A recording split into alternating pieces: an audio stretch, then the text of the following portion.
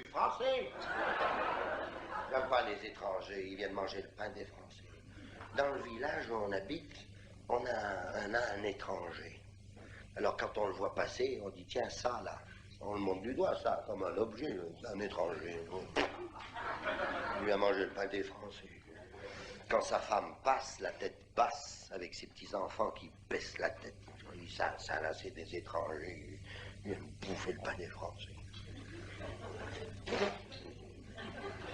L'autre dimanche, dans mon village, j'avais été, c'était à la sortie de la messe de 10 h, j'avais été communié au café d'en face.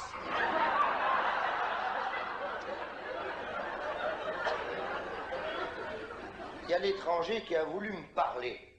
Moi, j'avais autre chose à faire, pensez, parler avec un étranger. J'avais mon tiercé à préparer.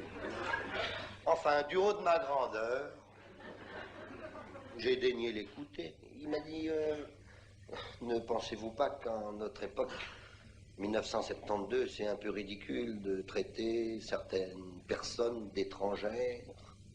Nous sommes tous égaux. Voilà ce que j'avais sur le cœur. Je voulais vous dire ça, monsieur le douanier. Vous qui êtes fonctionnaire et très important, vous qui avez le bouclier de la loi. Nous sommes tous égaux. On peut vous le prouver. Quand un chirurgien opère un cœur humain, que ce soit au Cap, à Genève, à Washington, à Moscou, à Pékin, il s'y prend de la même manière. Nous sommes tous égaux. Oh, andouille, venir me déranger pour dire des inepties pareilles. Il a poursuivi, ils sont tellement bêtes ces étrangers. Ils viennent manger le pain des Français. Il m'a dit, est-ce que vous connaissez une race où une mère aime davantage ou moins bien son enfant qu'une autre race?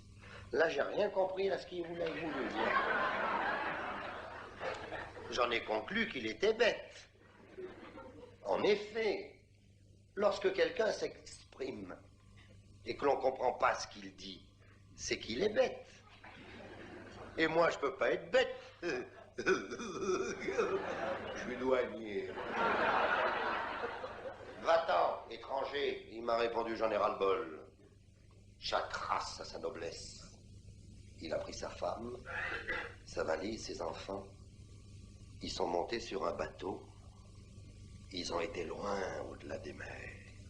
Loin. Et depuis ce jour-là, dans notre village, on mange plus de pain.